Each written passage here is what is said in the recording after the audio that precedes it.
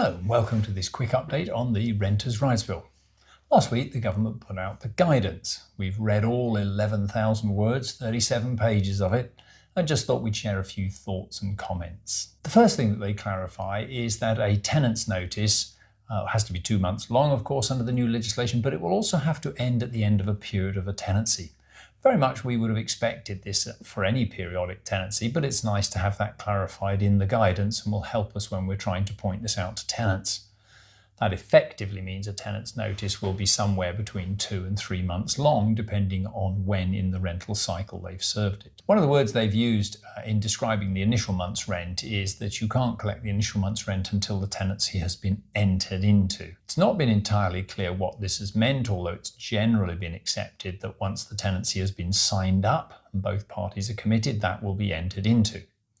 The guidance clarifies it as having been signed, so in fact that confirms what we have believed it to have meant. In regard to the property database, they are saying that anybody who advertises a property that's not on the property database that should be, will be committing an offence, and that will mean that agents will need to be careful to ensure when they take on a property that before they start to advertise that it is already registered with the property database. And of course, we expect to have to include the number of the reference number, so in any advert. The PRS Ombudsman, they've said they will provide further details and guidance on once the Act has commenced.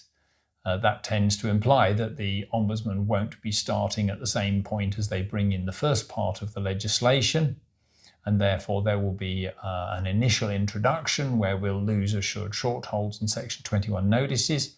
And then at some point after that, the Ombudsman will commence. This will, of course, give them time to choose who the Ombudsman's going to be and get it all set up. The guidance clarifies that the database will cover assured and regulated tenancies. We were obviously expecting it to cover assureds.